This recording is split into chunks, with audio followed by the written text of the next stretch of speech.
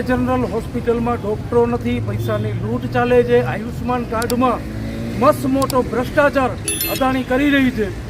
એમની સાથે સાથે આ લોકો પાસે વ્હીલચેર, સ્ટ્રેચર અને બેડ જેવી સુવિધાઓ પણ નથી. ખરેખર સરકારે જે અદાણીને 2013માં 99 વર્ષની લીઝ ઉપર આ હોસ્પિટલ પૈસા કમાવા માટે આપી છે, આ મોટામાં મોટી મૂર્ખાઈ સરકારે કરી છે. આપ આ વિડીયામાં જોઈ શકો છો, સફાઈ નથી, બેડશીટ તૂટેલા ફાટેલા પડ્યા છે, વ્હીલચેર તૂટેલી ફાટેલી પડી છે. મતલબ શું છે આ અદાણીનું મેનેજમેન્ટ છે?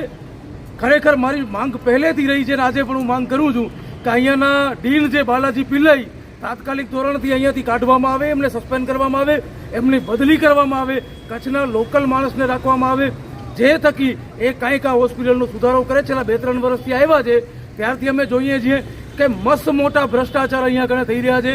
ન કોઈ જાતની સુવિધા છે. કાર્ડિયોલોજીસ્ટ, ગેસ્ટ્રોલોજીસ્ટ, ન્યુરોલોજીસ્ટ, કેન્સરના ડૉક્ટર એવા કોઈ ડૉક્ટર છે નહીં અને હજારો રૂપિયાના બિલ અહીંયા મફતના બનતા હોય છે. કચ્છની ગરીબ પ્રજા ક્યાં જશે?